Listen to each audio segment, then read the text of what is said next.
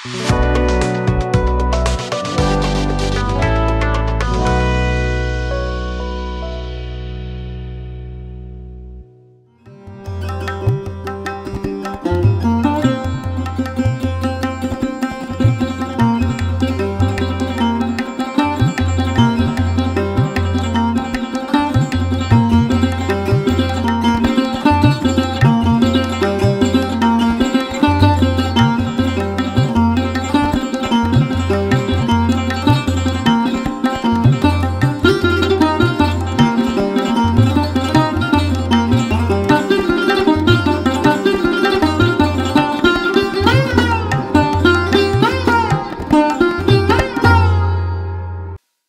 जीशु ख्रीष्ट अति बहुमूल्य नाम संपर्क इंडिया द्वारा प्रस्तुत कार्यक्रम नुआ सकाल आशार आज अध्याय में आपण मानक स्वागत जनाए।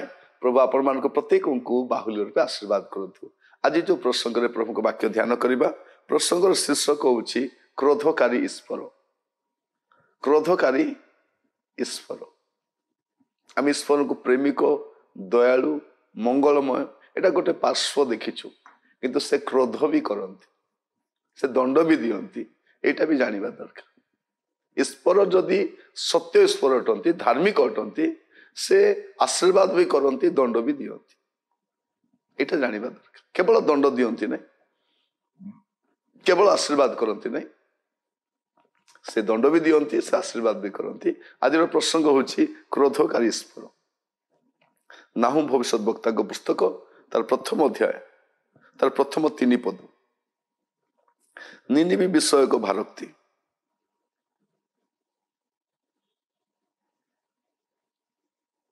इल्कोसियर नाहुमकर दर्शन पुस्तक सदा प्रभु स्वगौरव रक्षण उद्योगी परमेश्वर और प्रतिफलदाता अटंती।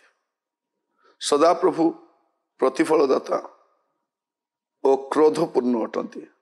सदा प्रभु अपना विपक्ष गण को प्रतिफल दियंती अपना शत्रु गण निमंते कोप संचय करती। सदा प्रभु क्रोधरे धीर पराक्रम रे महान और कौन से प्रकार दोषी को निर्दोष करिवे नहीं। घूर्णिवायु और तूफान मध्य सदा प्रभु को पथ अच्छी और मेघमाला तांकर पादधूली। ये आम देखू जे निनिबी विषय भारती प्रथम प्रभु निनिबी को पठेले जुनस को। जुनसंकर प्रचार पर लोक मैंने परिवर्तित हेले।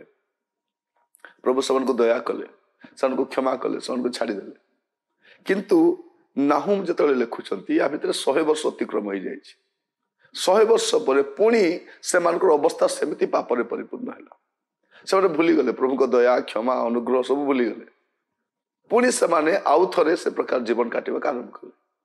से प्रभु एवं नाहुम को द्वारा पठाऊँ से कौन कहते निनिबी विषय को भारती गोटे भारत प्रभु दौरान एटा कहवाई जे सदा प्रभु स्वगौरव रक्षण उद्योगी परमेश्वर और प्रतिफलदाता अटंती। कौन अटंती प्रतिफल दियंती। प्रभु जदि स्वगौरव रक्षण उद्योगी अटंती से जे स्वीकार करिबो पाप छाड़िबो ताको दया करिवे क्षमा करिवे। तो जड़े लोक जदि शक्तग्रीव होई पुणी पाप करिबो से ताको कौन करंती ताको प्रतिफल दियंती। तेणु आज प्रसंग होची क्रोधकारी ईश्वर। ईश्वर अकारण रे क्रोध करंती नहीं से क्रोध करंती किंतु अकारण रे करंती नहीं।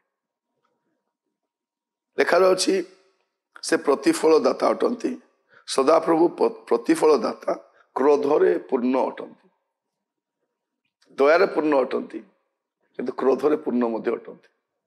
कहा प्रति दया कहा प्रति क्रोध आम जानिबा दरकार। आज समय जो प्रभु को प्रचार करा जाए जो ईश्वर को कथा कह जाए गोटे दयालु ईश्वर भाव में उपस्थापन करा जाउची। तेणु लोक माने नाना प्रकार पापरे मंदतारे असुचितारे अनेक असाधु कार्य कर आसुच्च भावुं से तो दयालु परमेश्वर से दया करेंगे किंतु तार अपर पार्श्व मध्य लोक जनइबा दरकार जे परमेश्वर जदि जड़े लोक शक्तग्रीव हो पुणी पाप कर पुणी अबाटे जीव पुणी मंदतार जीवन काटब प्रभु ताको कौन करेंगे प्रभु ताको दंड देवे। आपन जदि गोटे दिन थिला आपन पाप छाड़िले अनुतप्त हेले परिवर्तित हेले प्रभु को कतिक आसिले किंतु जदि आज पुणी थरे ଆପଣ ପାପରେ ଲିପ୍ତ ଜୀବନ କାଟୁଛନ୍ତି। ଯଦି ଆଜି ପୁଣି ଥରେ ଆପଣ ନାନା ପ୍ରକାର ମନ୍ଦତାରେ ଲିପ୍ତ ଅଛନ୍ତି, ମୁଁ କହିବା ପାଇଁ ଚାହେଁ ଏଇଟା ସମୟ ଆପଣଙ୍କ ପାଇଁ ଫେରି ଆସିବା ପାଇଁ। ନଚେତ୍ ପ୍ରଭୁଙ୍କର କ୍ରୋଧର ଶିକାର ଆପଣ ହେବେ। ସଦାପ୍ରଭୁ କ୍ରୋଧରେ ଧୀର, କିନ୍ତୁ କ୍ରୋଧକାରୀ ପରମେଶ୍ୱର। ସେ ହଠାତ୍ କ୍ରୋଧୀ ହୁଅନ୍ତି ନାହିଁ, ସେ ତାଙ୍କର କ୍ରୋଧକୁ ଧୀରେ ଧୀରେ କରନ୍ତି। ସେ ମହାନ ପରମେଶ୍ୱର, ସେ କୌଣସି ପ୍ରକାର ଦୋଷୀକୁ ନିର୍ଦ୍ଦୋଷ କରିବେ ନାହିଁ। ଦୋଷୀକୁ ସେ ଦଣ୍ଡ ଦିଅନ୍ତି, କିନ୍ତୁ ସେ କ୍ରୋଧରେ ଧୀର ଅଟନ୍ତି। ତେଣୁ এই କ୍ରୋଧ ଆରମ୍ଭ ହେବା ସମୟରେ ଆପଣ ଯଦି ପ୍ରଭୁଙ୍କର ପାଦ ତଳକୁ ଯିବେ, ଯଦି ନିନିବେର ଲୋକମାନଙ୍କ ପ୍ରତି ପ୍ରଭୁଙ୍କର ଦଣ୍ଡ ଆସୁଥିଲା, 40 ଦିନ ପରେ ନିନିବେ ଉତ୍ପାଟିତ ହବ। କିନ୍ତୁ ତାପରେ ଯେତେବେଳେ ଲୋକମାନେ ପୁଣି ଥରେ ପାପ କଲେ, ପୁଣି ଥରେ ଅବାଟରେ ଗଲେ, ପରମେଶ୍ୱରଙ୍କ ଦଣ୍ଡ ଆସୁଛି। এইটা ଆପଣ ବୁଝିବାର ଅଛି। ପ୍ରଭୁ କାହିଁକି ଦଣ୍ଡ ଦେଲେ, ପ୍ରଭୁ କାହିଁକି ଦଣ୍ଡ ଦେଲେ, ଟିକେ ବସିକି ସମୀକ୍ଷା କରନ୍ତୁ କାହିଁକି ଦଣ୍ଡ ଦେଲେ। ପ୍ରଭୁ ଯଦି ଆଶୀର୍ବାଦ କରୁଛନ୍ତି ସେଟା ବି ଆପଣ ବସିକି ଭାବନ୍ତୁ, ପ୍ରଭୁ କାହିଁକି ଆଶୀର୍ବାଦ କଲେ, ପ୍ରଭୁ କାହିଁକି ସୁରକ୍ଷା ଦେଲେ, ପ୍ରଭୁ କାହିଁକି ସମାଧାନ ଦେଲେ, ପ୍ରଭୁ କାହିଁକି ଯତ୍ନ ନେଲେ, ବୁଝନ୍ତୁ। ସେ ଅକାରଣରେ କିଛି କରନ୍ତିନି, ସମସ୍ତ ବିଷୟକୁ ନିୟନ୍ତ୍ରଣ କରନ୍ତି। ଆପଣ ଯେମିତିକା ଜୀବନ କାଟି ଦେଖନ୍ତୁ, ପ୍ରଭୁ ତାଙ୍କର ଦଣ୍ଡ ନିନିବେକୁ ପଠାଉଛନ୍ତି, କିନ୍ତୁ ଜୋନାସ୍ ଯାଇ କହିଲା ପରେ ଲୋକମାନେ ତାକୁ ପଜିଟିଭଲି ନେଉଛନ୍ତି। ସକାରାତ୍ମକ ଭାବରେ ସେମାନେ କ'ଣ କରୁଛନ୍ତି, ଜୀବନକୁ ସଜାଡୁଛନ୍ତି, ଅନୁତପ୍ତ ହେଉଛନ୍ତି, ପ୍ରଭୁ କ୍ଷମା କରୁଛନ୍ତି। କାରଣ ସେ ଅମଙ୍ଗଳ ବିଷୟରେ ଅନିଚ୍ଛୁକ ପରମେଶ୍ୱର, କିନ୍ତୁ ପୁଣି ପାପ କରିବା ଦ୍ୱାରା ପ୍ରଭୁ ଦଣ୍ଡ ଦେଉଛନ୍ତି। ଆଜି ଆମମାନଙ୍କ ମଧ୍ୟରେ ଅନେକ ପ୍ରଭୁଙ୍କ କତିକି ଆସିଲେ, ଜୀବନ ସଜାଡ଼ିଲେ, ପାପରୁ ଫେରିଲେ, କିନ୍ତୁ ପୁଣି ଥରେ ପାପକୁ ଫେରି ଯାଇଛନ୍ତି। ଦଣ୍ଡ ପାଇବେ ନା ନାହିଁ? ମୁଁ ପ୍ରଭୁଙ୍କୁ ଗ୍ରହଣ କରିଥିଲି, ପବିତ୍ର ଆତ୍ମା ପାଇଥିଲି, ବାପ୍ତିସ୍ମ ନେଇଥିଲି, ପ୍ରଭୁ ଅଂଶୀ ହେଉଥିଲି, ଚର୍ଚ୍ଚର ମେମ୍ବର ଥିଲି, ଠିକ ଅଛି, କିନ୍ତୁ ଅବି କେମିତି ଅଛନ୍ତି? ଆଜିର ପରିସ୍ଥିତି କ'ଣ? ଆପଣ କିଭଳି ଭାବରେ ଜୀବନ କାଟୁଛନ୍ତି ସେଟା ଆପଣ ଦେଖିବା ଦରକାର। ଆପଣ ପ୍ରଭୁଙ୍କୁ ଦୋଷାରୋପ କରିବା ପରିବର୍ତ୍ତେ ନିଜ ଜୀବନକୁ ସମୀକ୍ଷା କରନ୍ତୁ, ଆପଣ କେମିତି ଅଛନ୍ତି। କାରଣ ପରମେଶ୍ୱର କ୍ରୋଧକାରୀ ଈଶ୍ୱର ନିଶ୍ଚୟ ଦଣ୍ଡ ଦିଅନ୍ତି। ପ୍ରାର୍ଥନା କର। ପିତା ପରମେଶ୍ୱର, ପ୍ରାର୍ଥନା କରୁଛି ପ୍ରଭୁ, ଆଜି ଯେଉଁମାନେ ଅନୁତପ୍ତ ହୋଇ ପାପରୁ ଫେରିଲା ପରେ ପୁଣି ଥରେ ପ୍ରଭୁ ଅବାଟରେ ଯାଉଛନ୍ତି, ଗୁପ୍ତ ପାପରେ ଅଛନ୍ତି, ମନ୍ଦତାରେ ଅଛନ୍ତି, ପ୍ରଭୁ ଜୀବନ ସଜାଡ଼ିବା ପାଇଁ ସାହାଯ୍ୟ କର। ଯେପରି ପ୍ରତ୍ୟେକ ପ୍ରଭୁ ଆପଣ ଗୁପ୍ତ ପାପରୁ ଫେରିବେ, ଜୀବନ ସଜାଡ଼ିବେ, ସାହାଯ୍ୟ କର। ସେମାନେ କ୍ରୋଧର ଶିକାର ନ ହୋଇ ପ୍ରଭୁ ଆଶୀର୍ବାଦ ପ୍ରାପ୍ତ ଏ ପ୍ରକାର ଅନୁଗ୍ରହ କରନ୍ତୁ। ପ୍ରାର୍ଥନା ଶୁଣିଥିବାର ଧନ୍ୟବାଦ, ଆଦର ମହିମା ଆପଣଙ୍କୁ ଦେଇ ପ୍ରାର୍ଥନା ମୋର ପ୍ରାଣର ପ୍ରିୟ ଯୀଶୁ ନାମରେ ମାଗିଲି, ଆମେନ୍।